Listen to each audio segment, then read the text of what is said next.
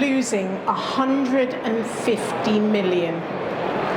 What about if you had a cost of 120 million with no impact on your business at all? Would this cost you your business? Would it cost you your role, your position, your reputation? How would that feel? It's a lot of money.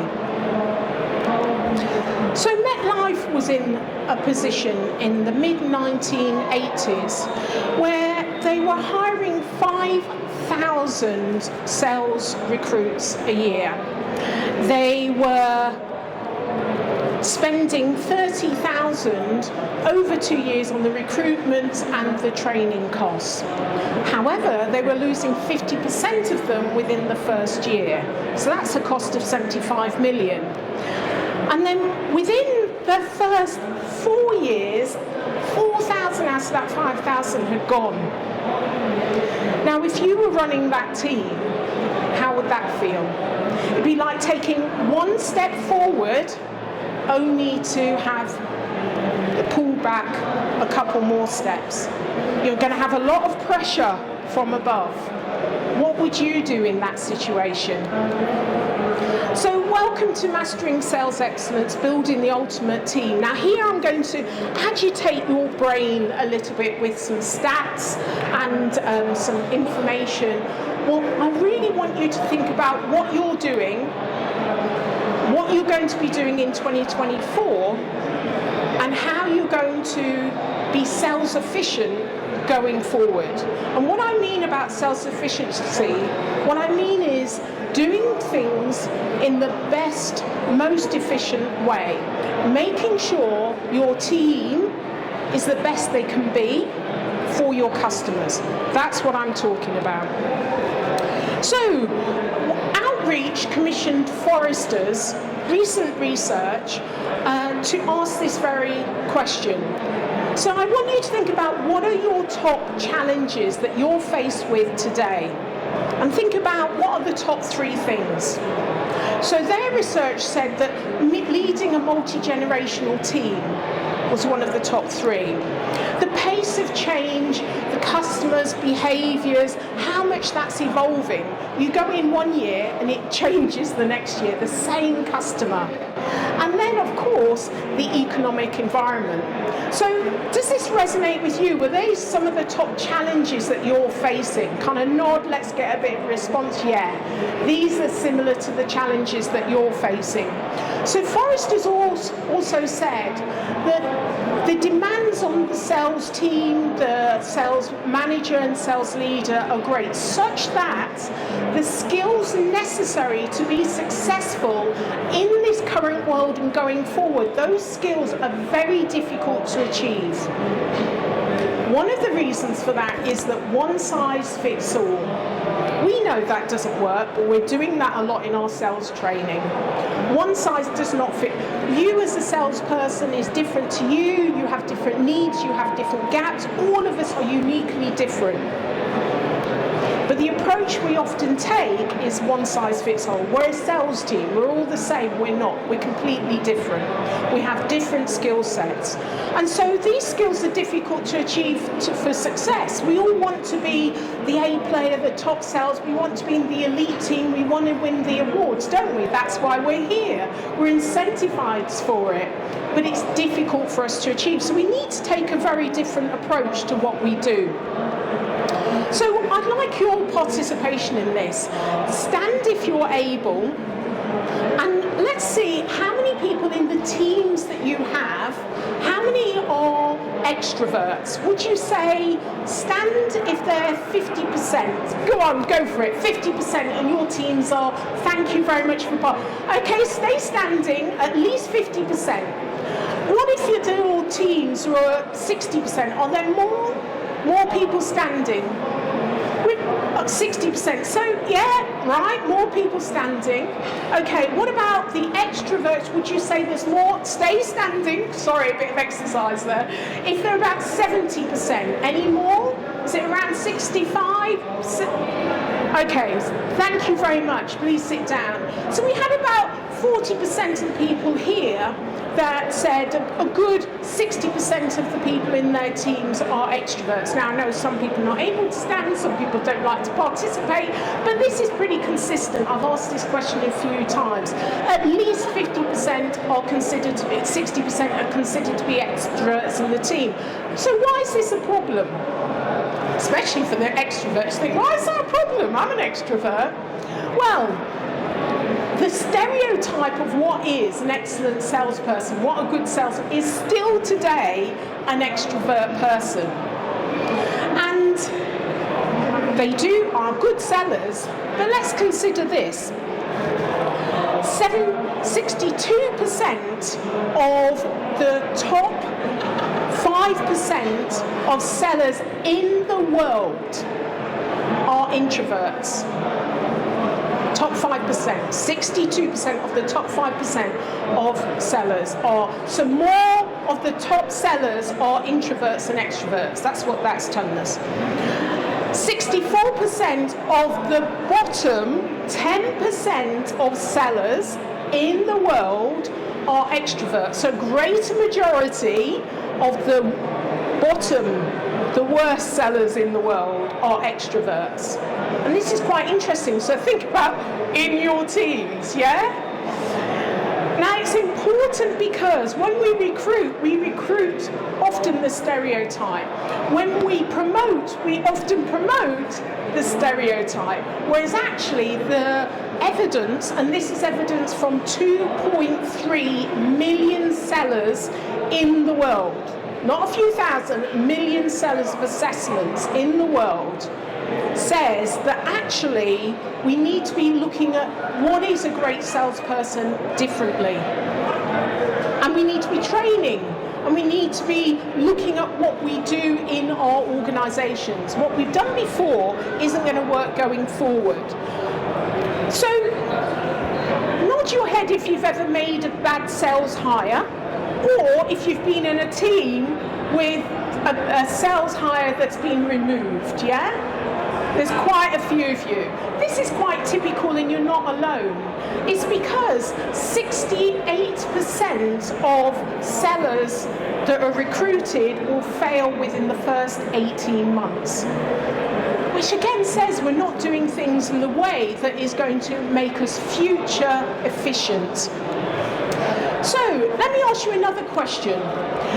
If you were to reduce your sales and marketing, I put them together, sales and marketing team by 50%, do you think you could still achieve your targets, your revenues, your business objective if they were reduced by 50%? Raise your hand if you think it's possible. I've got someone going, no way, in the back there. No way. If you think it's possible, raise your hand. Yeah? Not too many of us. A few of us, maybe about 20%. It's possible to reduce your teams by 20%. Okay, so MediaFly surveyed 300 300 sales leaders, and they were looking at the go-to-market strategies of teams and how buyers like to buy. Now they say that 95% of buyers' time is spent away from sellers. Now, if you remember the Gartner research, that's quite similar. That was 85% pre-COVID. We're now looking at 95%. And if you add to this hybrid working, AI, automation, of course we know that sales and marketing siloed teams are going to really struggle going forward in the future. But if you put all of these elements together, there's a strong indication, hybrid, AI, automation. We know, we feel threatened by it. There's a strong indication that teams will be smaller in the future. So my question is, if that's a possibility, if that's where things are going, then what is your team going to look like? Are you going to be on that team? You will be on the team if you're one of the elite sellers, but do you know where your gaps are? How do you get on that team? If you're a sales leader, then how are you going to choose who remains in that team? What is the criteria? What's the data that you're going to use? I was literally having a conversation after the morning women in sales panel that I moderated. I was having a conversation. They were telling me that their company, they get rid of sellers, and then the manager will say, well, who was doing that project, this really important project? And it's someone that they've downsized. Often organisations don't know who they have in their team. They don't really know the value of their resources. They don't know who's good, who's not so good. They don't know what people are doing. Does this resonate with you? So you've got to have the data to really know the individuals within your team. Who has the highest potential? Who should be in a different role? Who should not be a seller? Yeah? You need to know that information. And if it's you want to know where are the gaps that I need to fill to make sure I'm in that top tier. You want to know that, don't you? Because as soon as you know where the gaps are, you can begin to fill them. But we don't have that information. Our managers don't. Our leaders don't. Well, there's a possibility. So imagine that you're scaling a mountain and you're trying to reach the top, because that's what we're doing in sales all the time. And at the base, there's a large team of people. And it's as you ascend, only the most skilled people will get to the top. Not everyone's going to get to the top. Well, similarly in sales, if you have a reduced sales team, it doesn't mean you have reduced productivity. It doesn't mean you have reduced results. Not anymore going forward. Remember, AI, automation, hybrid. Remember that buyers do not want to be in front of sellers. All of this is driving in that direction. So do you know, are you a top tier seller? Do you know you're going to be one next year? You think, well, we haven't had it yet, but do you have the skills, wherever you are in the market, to know that? Okay, so let's look at MetLife again. What happened to MetLife? They approached Dr. Martin Seligman, who was running a project at the University of Pennsylvania, and he was looking at the impact of optimism on results.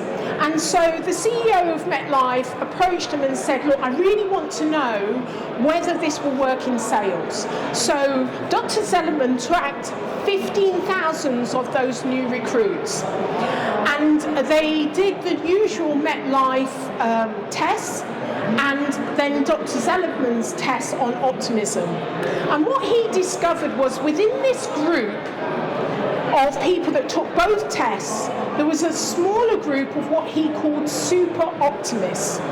These super optimists had failed the Met test. Now you think of all the tests that you took to get your roles, they failed that, but they were super optimists. And what this showed, that within the first year, this smaller group of people of super optimists, in the first year they outsold the pessimists by 21%. In the second year, by 57%, they outsold the pessimists. This is only one core success metric, optimism. And you think, well, so what? But by 2010, MetLife was 51 of the top Fortune 500s, and they climbed through. They were known as the most successful insurance company in the US. And they were massive. They'd grown so much using these methods. Dr. Seligman was noted as saving the recruitment and the onboarding cost by 60%. And remember, we were talking about millions there. 60% of savings. But this is not just about savings. What was happening was that the top 10% of sellers sold 88% more than the bottom, 88% more. That is almost double. It's huge. So this one criteria, optimism, this is a success metric for sales. So it's important if you knew that, if your managers knew that, if your leaders knew that, it's an important success metric. So I'm not talking about psychometric tests, behavioural tests, personality tests, DISC, Myers-Briggs, Insight, all of those. They're not sales specific. We want to know if I have this success criteria, then I'm going to have the results on the job. That's what you want to know. And the reason why you want to know that is because you're going to be a better seller for your customers. You're going to do a better job. You'll be better at consultative selling. So let's talk a bit further about that. So this is just one success metric. What would happen if you had 21? Now, I'm not going to talk through all 21, but let me just hit on 5 of those success metrics that if you knew you had them, it's like having the ball and seeing the goal, isn't it? And you've got a direct route to it. It's like looking into a crystal ball for your managers. It's no longer one size fits all. They know where the gaps are and how to fill them. And they're filling the gaps that are going to have a direct impact on your bottom line, direct impact on your ability to sell. So, this is data that I've hinted at. 2.3 million sales assessment of all different roles, across 36,000 companies, 200 industries, and 158 countries. It's the biggest sales-specific, and not only that, predictive and validated, meaning they've gone back 2 years later and seen, does this metric, is it a metric for sales success on the job? It's validated within sales. It's the only database. Now, I've got access to that. Can you imagine if you or your companies had access to that? I'm telling you that I know what great looks like, simply because of this stack of data. So what we're looking at, what are the hidden weaknesses that are holding you back as individuals? We're looking at what is the best path to reach your goals. And these are also your personal goals as well. It's about how to address those gaps in order. You address the first one and it's going to have the biggest impact than the second one. And how long will it take? Is this 5 years? Is it 5 months? What do I need to do? And also, what is the expected revenue growth? So, we talked a bit about introverts and extroverts. Now, the top 10% of salespeople excel in listening over talking. Remember the introverts? Listening over talking. And this feeds in directly into consultative selling. And consultative selling is a method that many of us are using. Now, listening over talking is the difference of 375% larger difference compared to other insights. So I've talked about 21 core competencies that are self-specific. This one is an important one. So how good are you at listening over talking? Now, we've got Gong down there. Why do you think we've now got all these companies like Gong that are measuring our listening over talking? There's a reason for it. There's data behind it. It's a really important success criteria. And it enables you to set clear expectations, hence the Gongs of this world. And then if we look at another success criteria, we talked about optimism. Some people might call this drive, grit. We call it the will to sell. And it's the difference between that you can sell and you will sell, your drive to sell. And it's looking at that. Now, this is an intrinsic characteristic, meaning it's not something you can train for. You want to know the people you're bringing into your team, do they have the drive, the grit, the will to sell? Because you're not going to be able to train it into them. You want to know on your team, do the people have it? Because your managers are thinking, oh my God, I've told them so many times, We know we've been in this situation, if you've been managers and leaders, that some people are just not going to cut it. You want to know that, right? And it's often about moving people into different positions, not necessarily letting them go. But it's a very important success criteria. And our analysis can actually tell you that and save you a lot of that time. Many of you raised your hands and nod your head that you've made bad sales hire. And it's really difficult to get rid of them, isn't it? Well, knowing this data means that you're not going to make those costly mistakes going forward. And remember, the MetLife example that I gave you, what would happen had they not had the success criteria of optimism, they would have gone on losing those millions, and that was just not sustainable. Nevertheless, they did, and they're in the top quartile in terms of Fortune 500.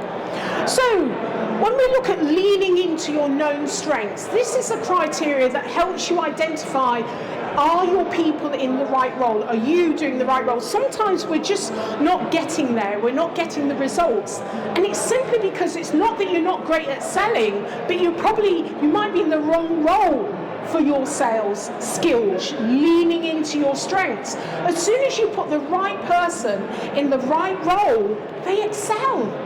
But how do I know that? Well, it's really difficult to tell unless you're benchmarking what is great for a particular role and measuring yourselves against that. Then you're in a position where you can really excel.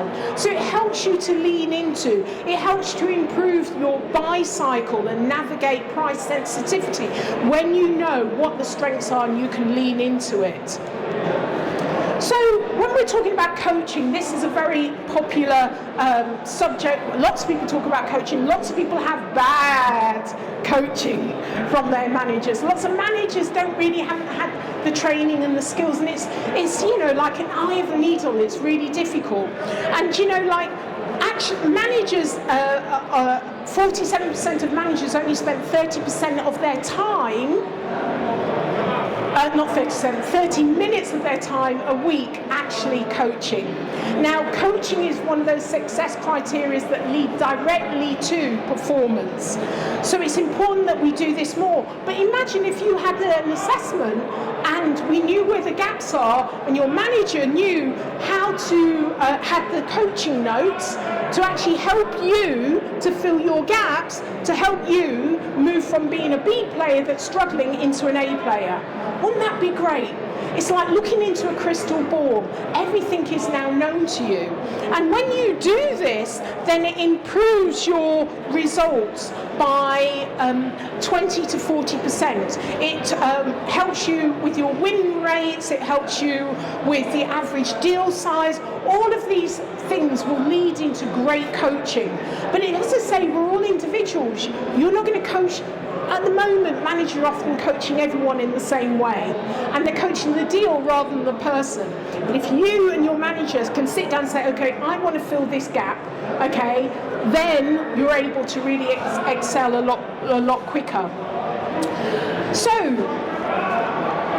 when we're looking at hiring certainty, it's a very costly business. And can you imagine if you had a guarantee that 91% of your sales hires are going to reach the top quartile within 12 months? A guarantee. That takes all the risk out of recruiting. Now, if you had that, you'd probably recruit more, knowing that they're going to be in the top quartile, wouldn't you? It's a no-brainer, really. Well, using this method of assessing before, the predictive validity of CVs, of interviews, how do you think it's like 50% predictive?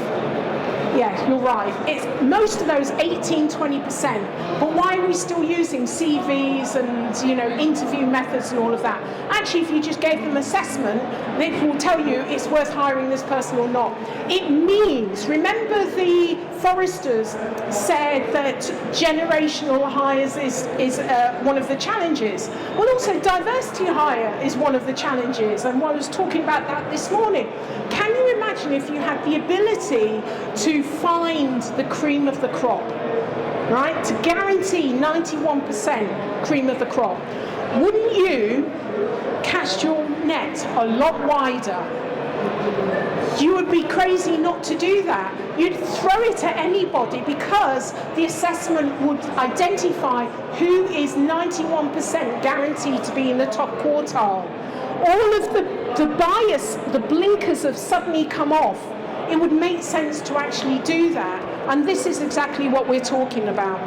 Okay, my friend Bev, I'm in tomorrow we're doing a networking session. She, like many of you, thinking, I don't want to be assessed. But what happened, she's from South Africa, and her sister is called a genius, really. And she said she was like considered to be a bit of a dunce of the family. She did well in school, which surprised everybody. But when she worked for her first company, they assessed everyone in the company. So you had no choice if you wanted to be in the company. But she was really surprised. There was all of these hidden, unknown strengths that she didn't know she had. Things like leadership, coachability. Once she knew that, she said, I've never described myself like that. Once she knew that, it set her on fire. I worked with her. She now lives in the UK, and she's got a business where she trades across multiple continents. This can help you to set yourself on fire by knowing what you're great at and how you benchmark against the best, and what are those little gaps that you need to fill. And you can go to your manager and say, I want you to help me fill that. I want to have this training course that's going to help me fill that gap, because I want to be in the elite team. I don't want to struggle anymore. So, have you ever asked yourself, I wish I didn't know that about myself? Has anyone ever said that? I wish I didn't know that about me. No one says that. It's painful sometimes having to do these assessments. There's a lot of fear involved in it. But no one ever says, I didn't know that about myself. You normally think, oh great, I'm glad, it's great I know that about myself. I can now go. So, using a scientific approach can really set yourself on fire and your team on fire. It gives you that sales efficiency that you really need. Knowing that, and we can't stop this, that its sales teams are probably going to be smaller going forward. So you personally have to get yourself ready for this. Your organisations will eventually have to get themselves ready for that. You want to make sure you're on that elite team, and this is the way to do it. Knowledge is power. So whether it's your sales leaders that are in the room, and managers, or individuals, you need this information to make sure that you're ahead of the curve of everyone else. Forrester states that the skills necessary going forward, you've got, leaders that need business acumen, your managers that need to navigate the tech, but the salespeople need to do it all. Building the relationships, and understanding the data and having to interpret those insights to customers. We have to do it all as sales leads. So there's so many skill sets that we need, not only now but going forward in the future. So there's always going to be gaps. So you want to know how to fill those gaps. So we talked about listening over talking, the will to sell, known strengths, coaching certainty and the guidance notes, and sales hiring certainty as well. Now, leaders, you need to foster a culture of sales excellence, and this is the way to do it.